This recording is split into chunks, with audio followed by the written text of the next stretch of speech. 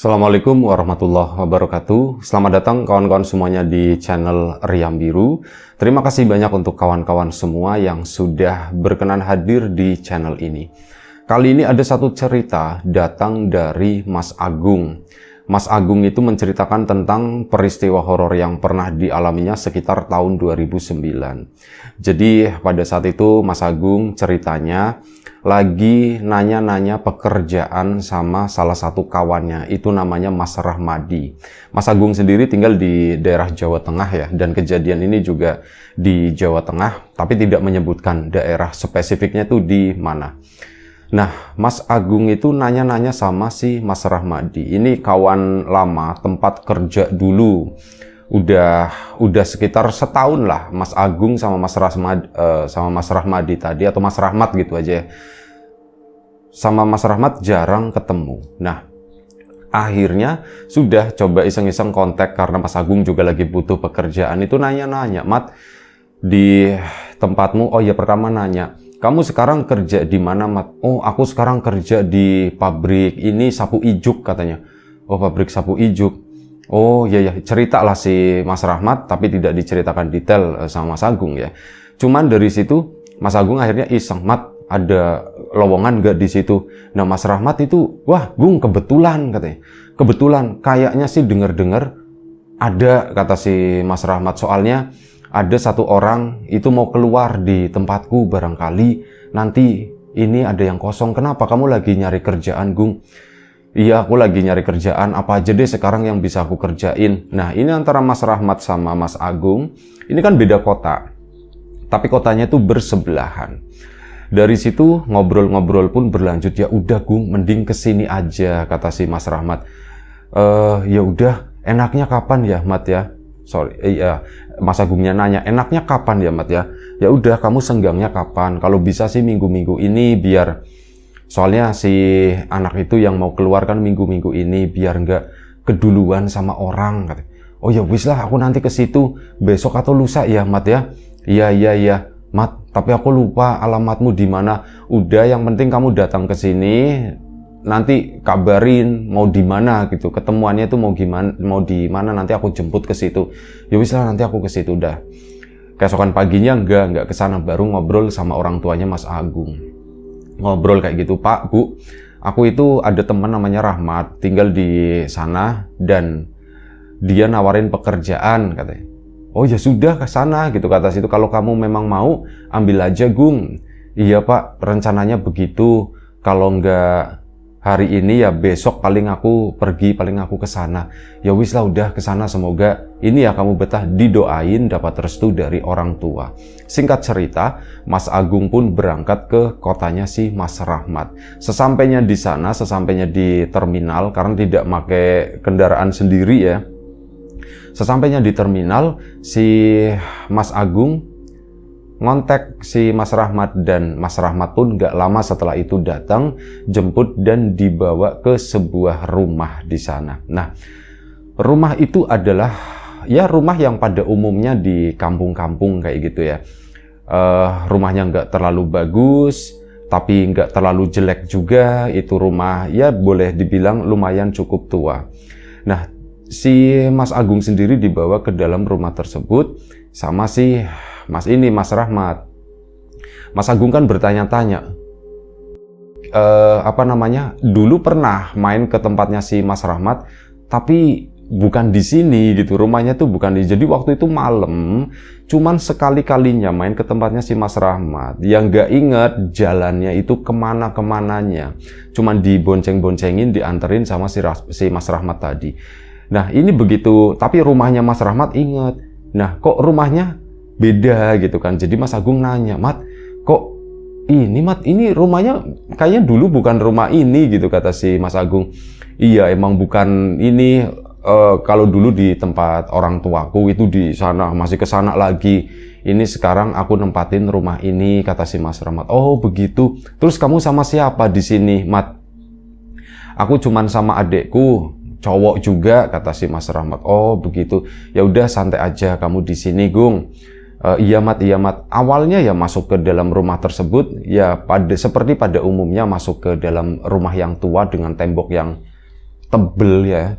Tembok tebel, atapnya tinggi, jadi kesannya itu adem gitu di situ. Adem, enak, istirahatlah di situ. Rumah itu pun nggak banyak furnitur. Boleh dibilang itu kosong, cuman ada satu lemari di tengah sama ada meja-meja kecil. Di ruang tamu pun nggak ada sofa atau apa gitu ya. Bener-bener kosongan, cuman ada tikar itu pun kondisinya digulung, ditaruh di pojokan. Ya Mas Rahmat pun ngomong apa adanya. Cuman ya begini Gung, di sini tuh ndak ada apa-apa. Cuman kalau misal kamu lapar mau makan, itu di belakang ada ada kompor di situ. Nanti kamu masak sendiri aja. Di sana juga ada mie. Kalau misal mau masak nasi, nanak nasi, itu ada rice cooker, ada berasnya juga kata si Mas. Wis pokoknya masalah makan kamu gampang.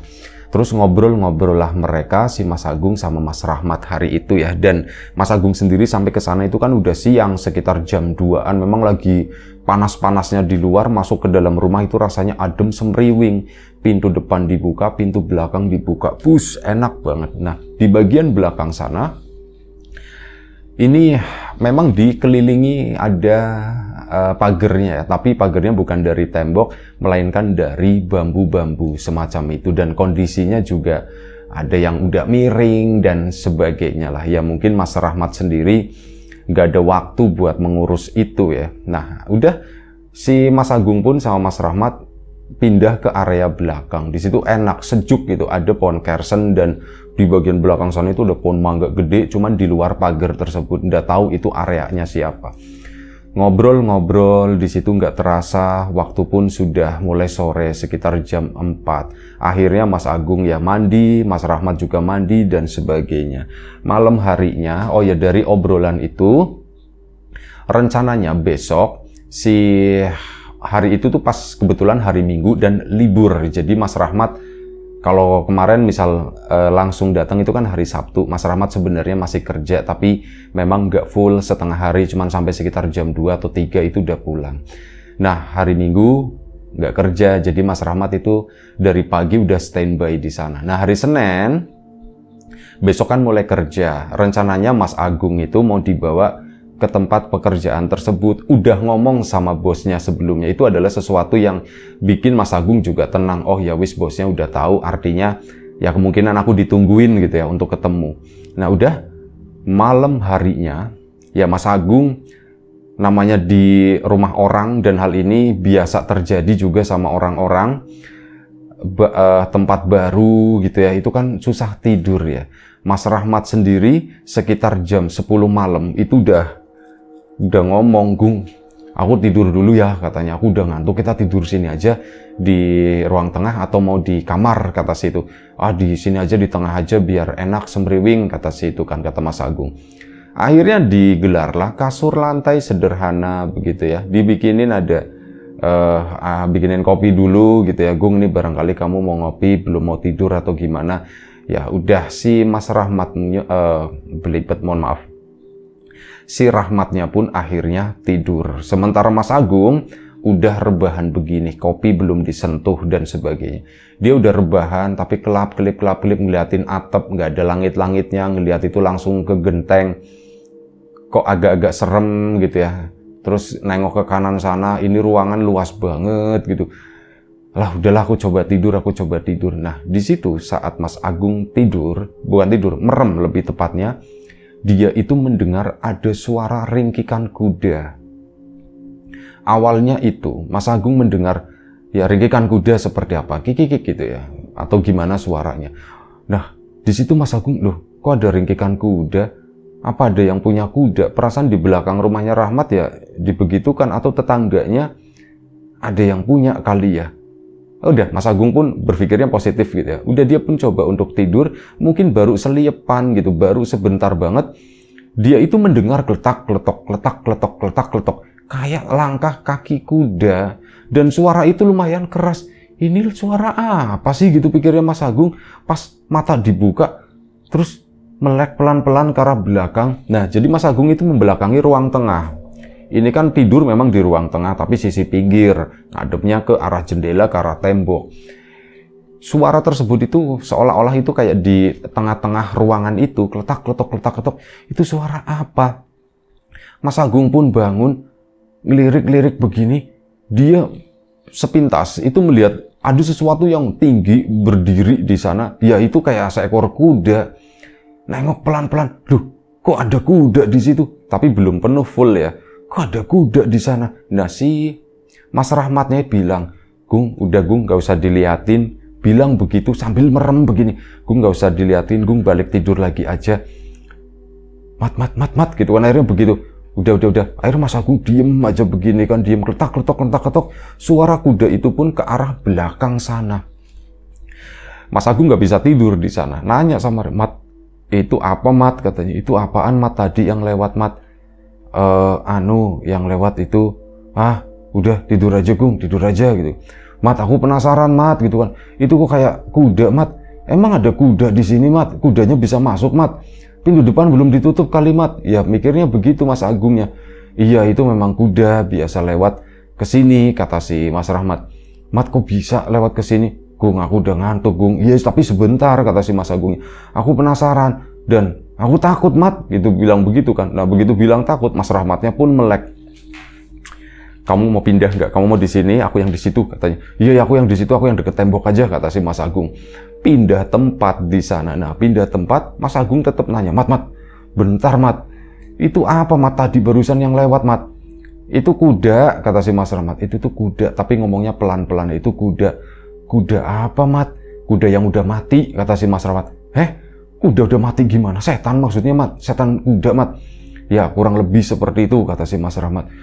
Kok bisa Mat? Lah Gung, aku udah ngantuk Gung. Gak mau dibahas, nanti dia masuk lagi kata si Mas Rahmatnya begitu. Nah begitu dibilang nanti masuk lagi, Mas Agung pun langsung gitu. Iya juga ya, udahlah aku tidur. Mas Agung pun coba untuk tidur lagi. Waktu itu udah sekitar jam 11 malam. Jam 11 lewat. Mas Agung coba tidur lagi, merem sempet, ya lumayan cukup lama gitu ya. 5-10 menit mata merem tapi pikiran itu masih jalan. Dan ya tiba-tiba begitu, tahu-tahu tidur aja gitu. Nah saat baru ketiduran, ngedenger lagi. Ada suara ringkikan kuda lagi dan itu keras gitu. Ngedengernya keras. Si Mas Agung kan bangun. Mas Rahmatnya di belakang ngomong, udah Gung, lanjut tidur kata si Mas Agungnya ndak bisa orang suara ringkikan gitu sambil kakinya itu geletak seolah-olah berada di ruangan tersebut. Ya Mas Agung kan penasaran. Mat, tapi kok suaranya deket banget kayak gitu Mat? Udah tidur kata si Mas Rahmat. Ya, geletak terus si suara kuda tadi bahkan apa? Suaranya itu mendekat ke arah sisi kepalanya Mas Agung. Mendekat ke arah mereka tidur di sana. Suara kakinya itu kan kedengeran geletak. Duh, tambah makin deket. Mas Agung pun ndak kuat. Begitu nengok ngelihat ke atas itu beneran kuda. Cuman kuda itu menurut Mas Agung itu serem, kudanya itu hitam semuanya, tinggi, bukan kuda-kuda seperti yang pada umumnya di sini yang buat narik delman atau apa itu kan termasuk kecil ya. Ini lebih tinggi dari itu. Mungkin kayak kalau sekarang ya kuda-kuda yang biasa dipakai untuk olahraga kayak gitu ya. Nah itu kuda hitam. Cuman yang bikin serem rambut dari kuda itu. Rambutnya kan warnanya hitam juga semuanya. Ini gondrong, bener-bener gondrong, itu sampai nyentuh ke lantai gitu.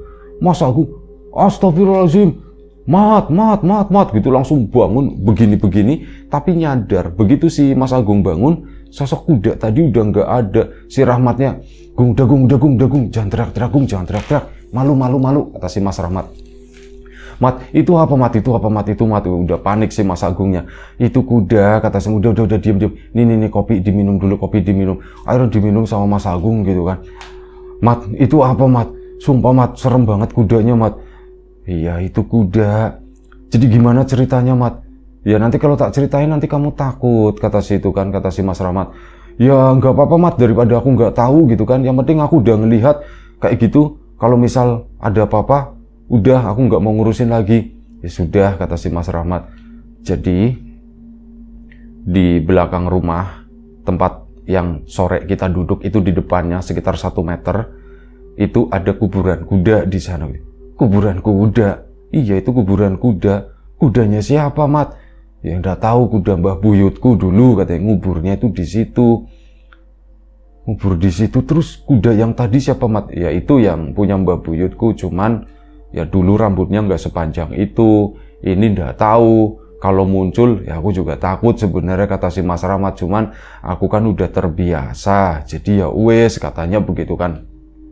Ya sudah, udah kan udah tahu ceritanya. Ya Mat, udah Mat, cukup Mat, serem nanti aku malah susah tidur. Udah Gung, tidur, kan kamu kesini mau kerja, bukan mau ngurusin setan, kata si Mas Rahmatnya. Iya bener juga. Udahlah aku tidur. Akhirnya Mas Agung pun tidur di sana. Nah, tidur malam itu susah. Bangun terus, cuman itu enggak, ya maksudnya suara kuda tadi itu udah hilang gitu ya, enggak ada gangguan lagi, cuman kayak bangun sendiri dan sampai pagi. Nah, paginya sama Mas Rahmat datang ke gudang tempat Mas Rahmat bekerja itu produksi, pokoknya ijuk semacam itulah. Variasinya pun banyak, nggak cuma sapu begini doang, tapi alat-alat rumah tangga yang lain. Nah, di situ ketemu sama bosnya si Mas Rahmat. Dan ya, Mas Agung pun menunjukkan keseriusan atau keniatan untuk bekerja. Dan hari itu juga diterima bekerja di tempat tersebut, langsung berangkat. Ya udah Mas Agung, hari ini mulai aja ya sekarang. Ya belajar dulu, lihat dulu katanya. Itu nanti ikut Rahmat aja katanya. Oh iya Pak, Nj Pak. Akhirnya sudah, hari itu pun Mas Agung bekerja di sana sampai sore, singkat cerita ya. Makan siang dari tempat kerjaan di situ. Kenalan sama orang-orang yang ada di sana, mungkin ada sekitar 20 atau ya 20 berapa orang totalnya. Sore hari pun pulang ke rumah. Di perjalanan pulang ke rumah, Mas Agung keinget lagi, Mat, gimana ceritanya Mat? Kok kuda dikubur di belakang itu gimana? Ya aku udah tahu cerita detailnya, cuman dulu rumah ini tuh belum dibangun katanya. Rumah ini tuh belum dibangun dan ini tuh kayak semacam rumah kuda sebenarnya. Maksudnya gimana? Ya di sini tuh ada kandang kudanya. Dulu Mbah Buyutku itu pelihara kuda, ada beberapa ekor, tapi jumlahnya berapa aku nggak tahu. Nah, ada satu kuda kesayangannya, ada dinamain gitu ya, tapi nggak usah disebut di sinilah. Dikasih nama ini, itu kesayangan Mbah Buyutku. Sampai suatu hari, nggak tahu ada sesuatu yang terjadi sama Mbah Buyutku yang perempuan. Dia itu tiba-tiba kayak apa ya? Kayak orang yang depresi atau apa gitu. Pokoknya kayak orang stres lah, stres berat. Marah-marah, ngomel-ngomel, ngamuk-ngamuk, dan hal itu terjadi selama beberapa hari, sekitar 3 hari kemudian. Terus apa sih Mbah Buyutku itu ya sempet bikin gimana ya, Mas Rahmatnya ceritanya juga agak susah gitu ya, karena ini menyangkut ya aib keluarga dulu lah. Jadi Mbah Buyutku yang perempuan, Mbah Putri itu pernah lagi kondisi semacam itu di hari kedua. Ini lepas pakaian dan keluar marah-marahin sama orang. Langsung kan ditarik sama Mbah Kakung sama kakekku, Mbah Buyut yang laki-laki. Terus udah ditarik ke sana, setelah itu dikurung di kamar. Ya ndak tahu yang diomongin kakek sama nenekku itu, nenek buyutku itu apa, nggak ngerti. Tapi semenjak itu nenek itu tenang dan udah pakai baju lagi, tenang, bener-bener tenang. Tapi tenangnya itu kayak tenang banget. Biasa katanya Mbah Buyutku itu yang perempuan itu kan memang orangnya tuh cerewet dan memang terkenal galak. Tapi ya begitulah. Setelah diomongin sama kakek, setelah ada sesi di kamar tersebut, nenek itu sikapnya berubah. Emang dulu rumahnya di sini? Enggak, dulu belum rumah sebesar ini, belum. Ini masa-masa sebelumnya. Di sini tuh katanya di rumahku itu sebagian itu kandang kuda, sebagian laginya itu kosong. Nah, ini rumah kakek sama nenek itu ada di sebelah. Itu yang sekarang tanah kosong di sana. Nah, dulu itu di situ, cuman rumah itu udah dihancurin lah karena memang udah rusak. Nah, dari situ nenek pun jadi baik begitu ya. Tapi keluarga itu masih menganggap nenek itu aneh. kok nenek tumben ya senyum-senyum terus dari pagi bangun, sikapnya juga sopan banget, terus senyum. Saat ditanya pasti jawabnya dengan senyum. Itu hal yang aneh buat anak-anaknya katanya ya.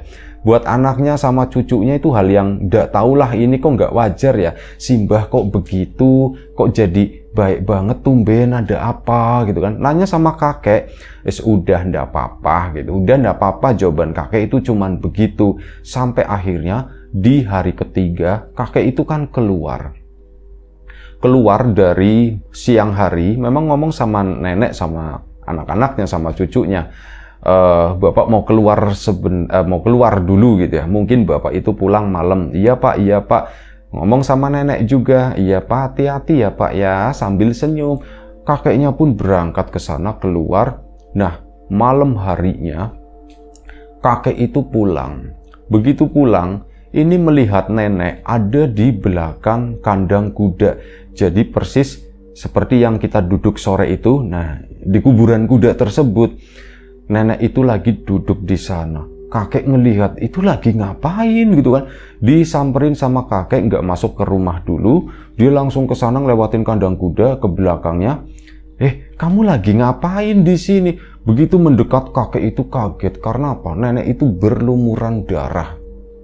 Dan kagetnya lagi, di depan nenek itu ada kuda kesayangannya. Jadi kuda tersebut itu disembelih, digorok sama nenek di sana. Kakek itu marah banget. Ini kamu ngapain? Ini goloknya itu masih ditancepin ke tanah di depan situ. Nenek itu duduk aja di sana. Dan nenek nanggepin kemarahan kakek itu cuman dengan senyum. Cuman senyum doang, nggak ngomong apapun. Langsung ditarik sama kakek kan. Kamu ini kenapa gitu ya? Kenapa ini disembelih? Kenapa ini digorok kayak gini?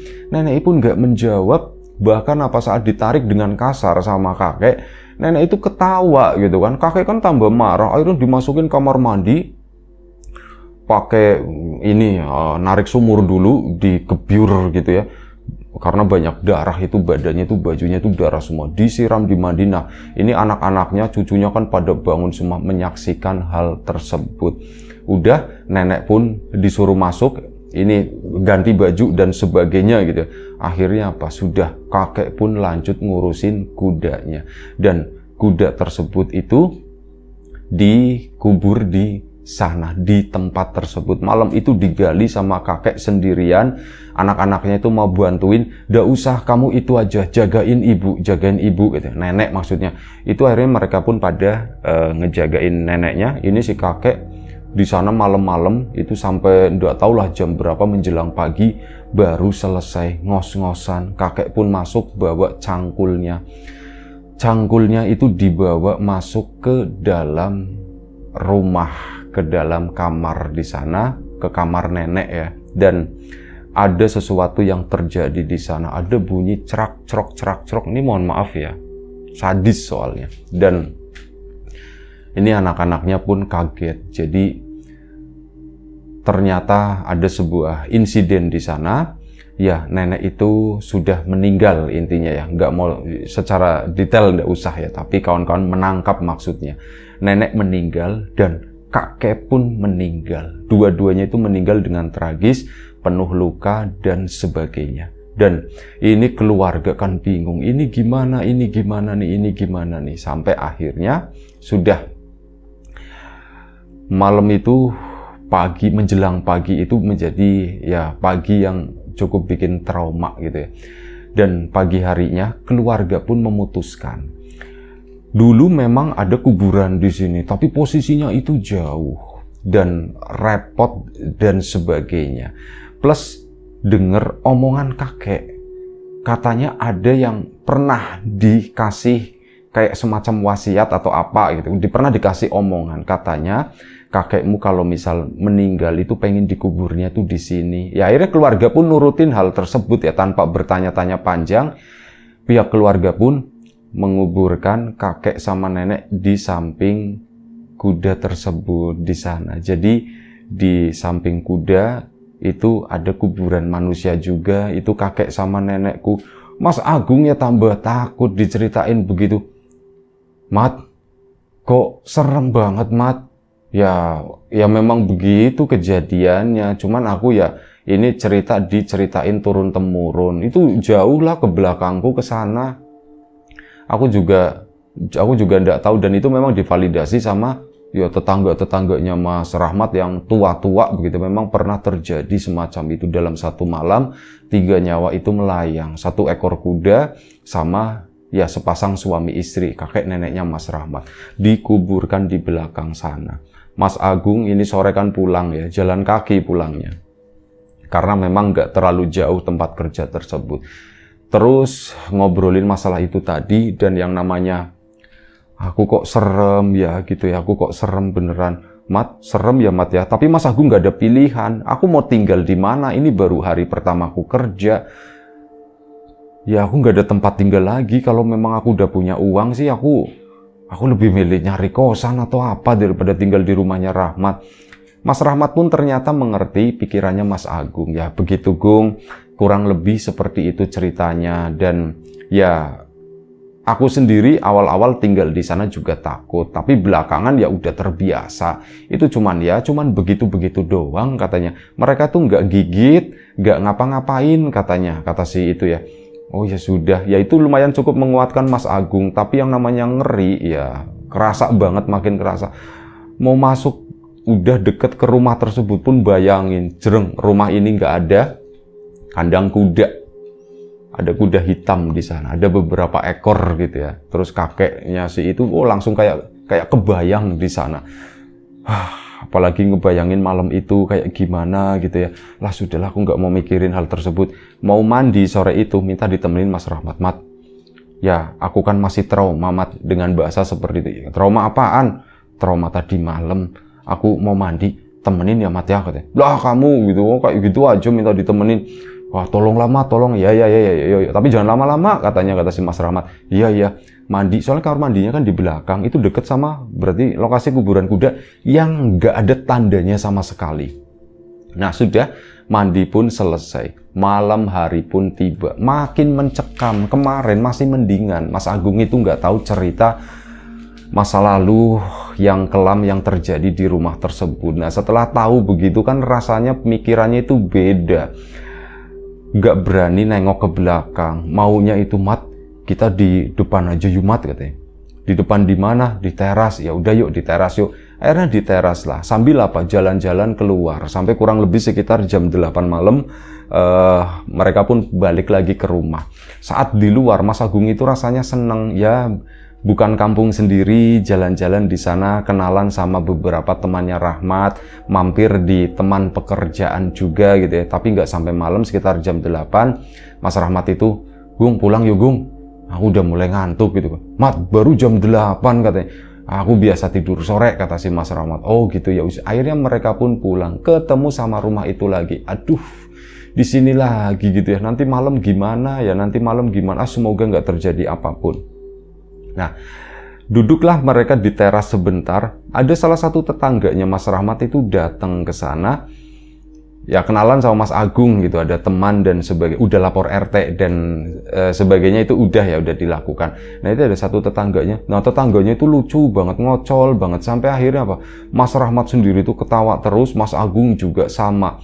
Gak terasa jam 10 malam. Dan akhirnya Mas Rahmat pun harus memutuskan hal tersebut ya.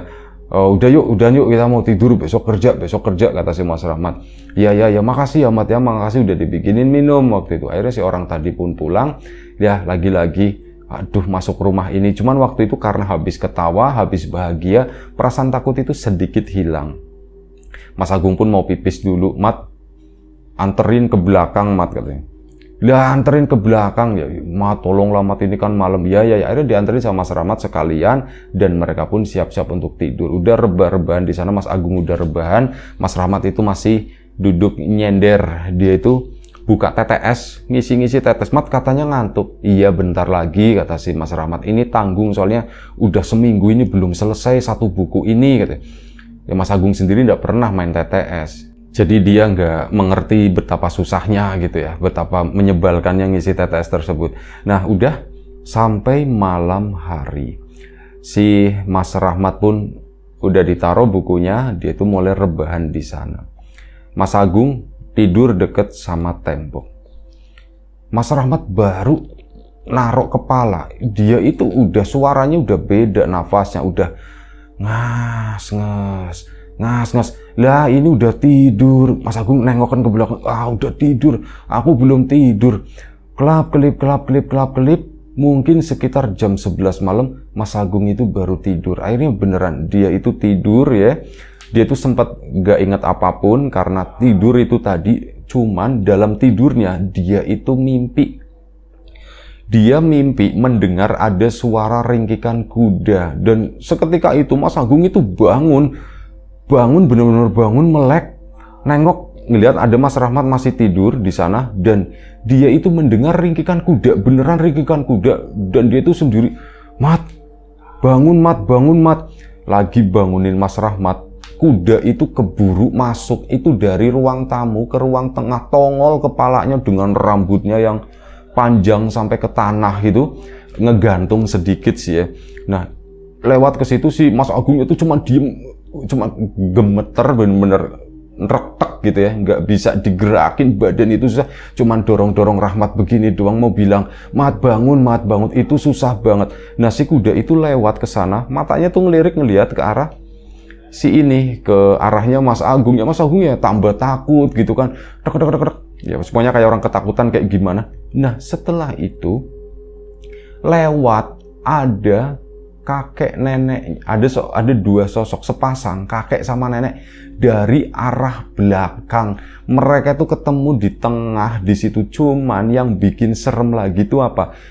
Kakeknya rambutnya panjang banget, neneknya juga panjang banget. Ini si rambut si nenek itu nyampe ngeleser ke sana, nyampe ke belakang, itu rambut semua. Kakek pun begitu, mereka jejeran ketemu di tengah sama si kuda tersebut.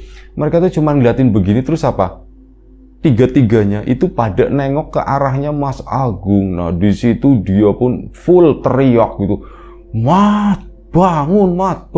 Mas Rahmatnya kan kaget, Gung, kenapa Gung? Itu ditunjuk sama isi ini. Nah begitu ditunjuk, Mas Rahmat gak ngeliat apapun, gak ada Gung. Si Mas Agung pun pelan-pelan buka mata, dan memang ketiga sosok tersebut itu udah gak ada di sana. Gung, kamu ngeliat apaan Gung? Aku ngelihat kuda sama Mbah Buyutmu dua-duanya, katanya begitu. Mas Rahmatnya pun gitu kan, ya udahlah, yuk tidur yuk, udah biasakan Gung, gitu, kamu yang sabar ya. Ya mau gimana lagi, aku juga nggak ada tempat lain buat istirahat, adanya di sini, jadi ya sudah, ya adanya begini Gung. Kamu misal mau ngekos sendiri atau apa, ya terserah kamu, cuman ya begitulah, aku adanya cuman begini doang. Dan kalau buat ngekos atau apa, sayang Gung, aku juga di sini seneng ada temannya, sementara aku yang begitu aku nggak terlalu mikirin. Aku yakin sih itu bukan, ya itu sosok yang lain, itu kuda. Kakek nenekku bukan kakek nenekku lah, mereka itu udah nggak ada, mereka itu udah meninggal. Ngapain mereka bangun?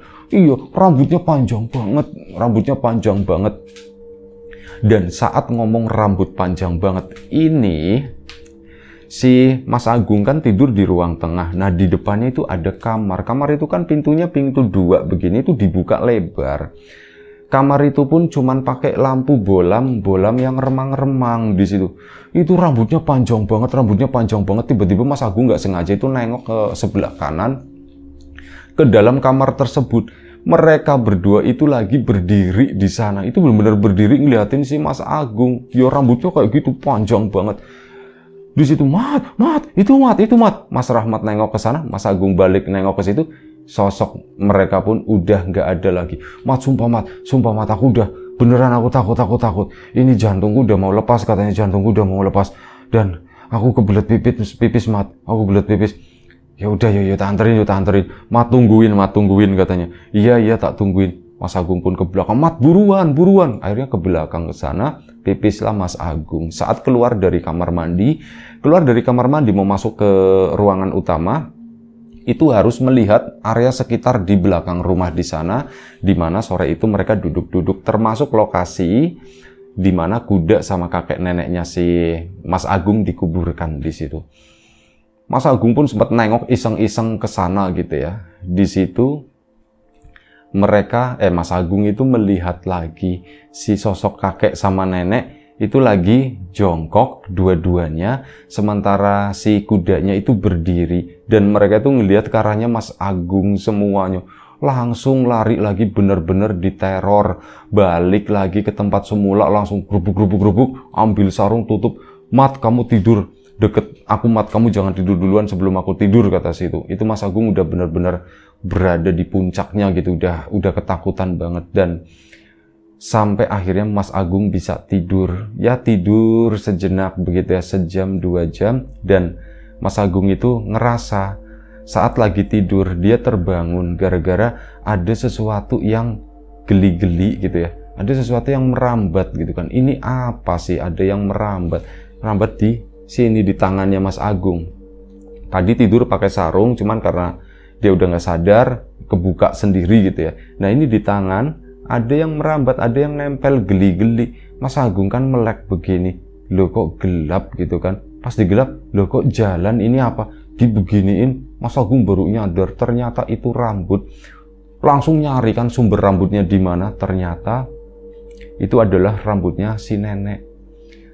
Rambutnya si nenek, dan posisi neneknya si yang dianggap itu ya, posisi neneknya si Mas Rahmat itu posisinya lagi ngelongok begini di atas kepalanya Mas Agung yang lagi tidur. Cuman rambutnya, oh iya tadi belum disebutkan ya, rambut dari neneknya si Mas Rahmat yang dianggap itu ya, maksudnya ini rambutnya itu masih hitam legam, bukan rambut yang udah tua atau gimana, cuman mukanya ya muka nenek-nenek seperti itu. Nenek-nenek tapi nggak tua-tua banget, mungkin kisaran antara 50 sampai 60 tahun segitu ya. Orang dulu itu kan dulu udah punya anak, udah gede-gede, menikah muda dan sebagainya. Nah ini rambut tuh masih hitam semuanya. Itu Mas Agung nggak bisa teriak, nggak bisa apa-apa. Yang dia ingat adalah Mas Agung nggak ingat apa-apa. Dia itu pingsan mungkin ya, sampai akhirnya pagi hari itu dibangunin sama si Mas Rahmat.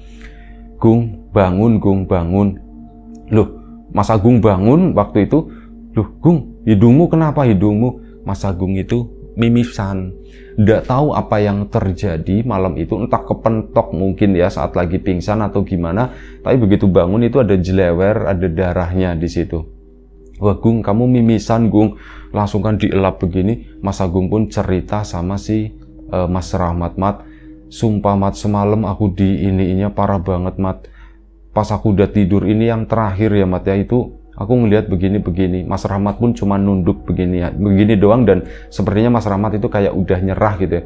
Ya udah, Gung, aku tugasku sebenarnya udah selesai. Aku mau bantuin kamu dan aku adanya cuman seperti ini.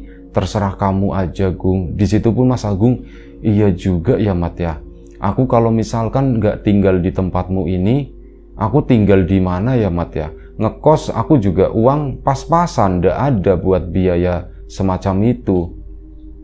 Mas Rahmat tetap diam, nggak merespon. Nah di sana Mas Agung pun coba berpikir, ya wis selamat lah, aku terima aja, Mat, apapun gitu di rumah ini, aku terima aja. Aku tinggal di sini, Mat, nemenin kamu. Hitung-hitung aku juga ngirit, jadi aku nggak ngeluarin ini buat ngekos, katanya begitu. Iya, Gung, makasih ya, Gung ya. Bukan aku yang makasih, Mat, justru aku yang makasih ke kamu. Ya kemarin aku belum sempat bilang makasih, kata si Mas Agung. Iya ya, Gung ya, kata si Mas Rahmat begitu. Iya ya, Gung ya. Mat, makasih ya, Mat ya. Kamu satu, kamu udah bantuin aku nyari pekerjaan. Yang kedua, kamu udah nampung aku di sini. Aku terima kasih banget. Itu sesuatu yang kemarin aku lupa, kata si Mas Agung. Sorry ya, maaf ya, katanya. Ya sudah. Mulai hari itu, suasana hati Mas Agung pun entah kenapa tiba-tiba lebih tenang dan sebagainya.